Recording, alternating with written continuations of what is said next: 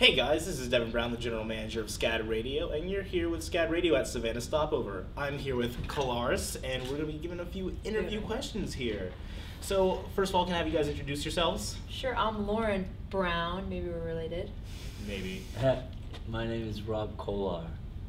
And so we're going to be just doing a quick little interview here talking about their music and what they're doing here at Savannah Stopover with us today. So how would you guys describe your music to anyone who hasn't listened to KOLARS?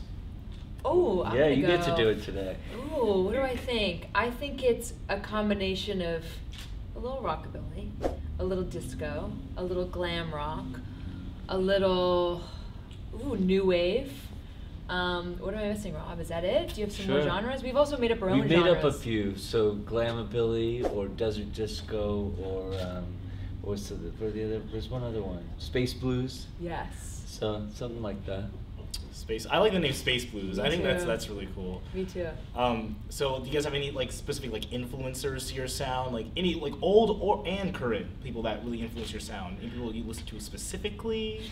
Definitely. You're so lots. eager. There's so many though, so we usually go through every decade, but I'll do How one much from time you got? I'll do one from every era. So we'll go 50s we'll go Howlin' Wolf, 60s we'll go the Kinks, 70s we'll do T-Rex, 80s we'll do Echo and the Bunnymen, 90s we'll go Supergrass, 2000s we'll go Spoon, current we'll go St. Vincent? St. Vincent. I do like St. Vincent. So all over the place, but and there's lots more, but that covers the general. I think that covers something. Yeah.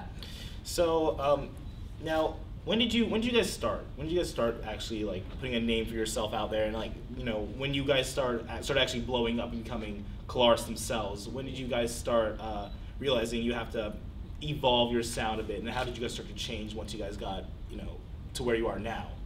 That's a good question. Well, we were in another band for a long time called He's My Brother, She's My Sister for about 5 or 6 years. Yeah, which started around 2009. Yeah, and then that ended. And we didn't know what to do with ourselves. We had all this free time. We were married anyways. So, and then we started KOLARS, and from there it evolved into what it is now. But it was... We actually had the anniversary of when we chose the name, which was almost 2 years ago to this week. Yes. So 2 years to this week, we're all right, we're gonna do this. And I think we put a Facebook page up or something. I don't know what designated the date, but yeah. And we decided on the name, and then we started playing shows from there, and it's changed a bit. We put out our first album less than a year ago last year. Less than a year ago last year. So yeah. That's when you guys first started putting out your own music. solo stuff. Yes. Yeah. Yes. That's really interesting. And then it's been great. We've been touring pretty heavily. We do a lot of Europe and the States, and it keeps growing, and people are still showing up at our shows with sequins and crazy makeup and really crazy exciting. outfits, and we have lots of tap dancers that come out, and it's amazing. It feels like a party. Yeah, it feels like kind of a little scene is growing, because you've seen a few of the people come to the earlier shows, and now they're showing up 2 or 3 shows later, and they look almost like they could They're in our band. to be in the band. Yeah. And it's kind of fun to see this sort of movement kind of happening. That's really interesting that you talk about how the movement and the the aesthetic of your fans and your crowd. Right. What would you describe?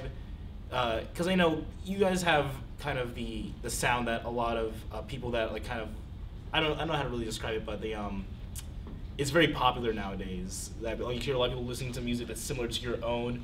Kind of like a glam rock? Do you mean a glam punk scene that's kind of evolving? It's just the new wave of music that's kind of coming in. I feel you on that one.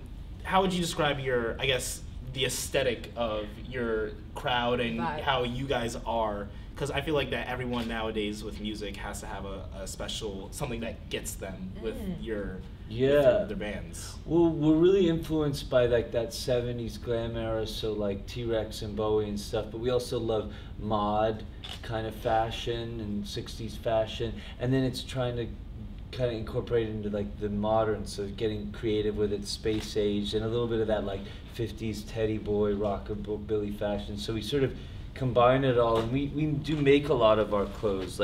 I'll add things to pants, I can see your or shoes, your pants the really jacket is something Oh, I like. he's like doing a fashion show for y'all. I love that you said we make our own clothes. Rob goes, I just buy my clothes. Yeah, but we're starting to work with like designers. Like this great guy in Seattle that's designing a dress for Lauren, and he's just like a up and coming. So we work with a lot of young creatives who are just trying to make a name for themselves as well, and we collaborate. Like all our music videos are with like young creative directors who are just excited about what we do, and we do it for like a smaller budget, but we both get to be creative in it, you know? Yeah. So it's just been fun. You work within your limitations and try and stay creative. But definitely visual art is just as much, I mean, is a huge part of this band and performance art, and I feel like it goes beyond the music for us. We're inspired in so many different ways, and I want to incorporate all of it and all, you know, types of art. I like how you talk about the performance aspects. I feel like that's also a big thing about music nowadays, that you have to know how to be a performer and know how to put on a show for your crowd. Definitely.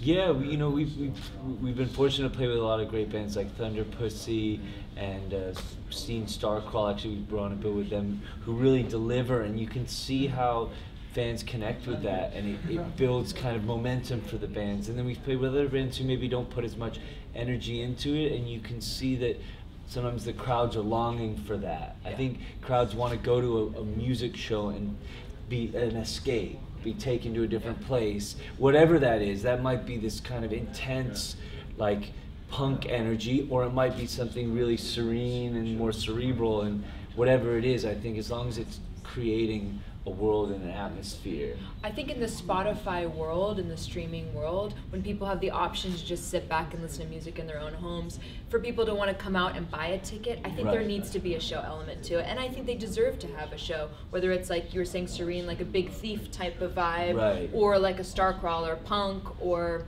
all of it. I mean, I think they're coming for a show and an experience. So, do you guys, for our last question, do you guys have something from your childhood that's very influential to what you guys are now? Whether it be something on TV or music or just family related, is there anything that's very influential to what you are now? That's the first time we've ever been. Well, I grew up in a boarding school in England when I was a kid, so the English influence for me, I think, is a big part of our sound, and you know, I was a young kid, and it was a little bit like a Hogwarts type school, so it's like a very different than, because I went to American high school, so it was like completely other end of the spectrum. So there's like an English thing that I identify with, so it's like, you know, the English kind of thing, you know, that kind of thing.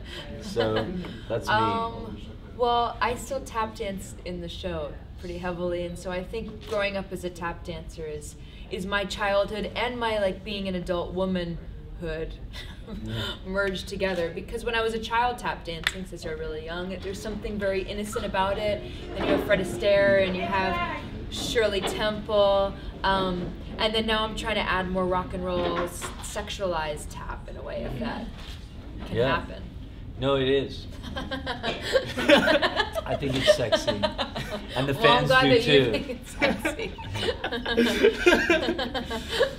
Well, guys, that was our interview with KOLARS. Remember, check our stuff out at scadradio.org, and check out our YouTube, Twitter, and Facebook for more.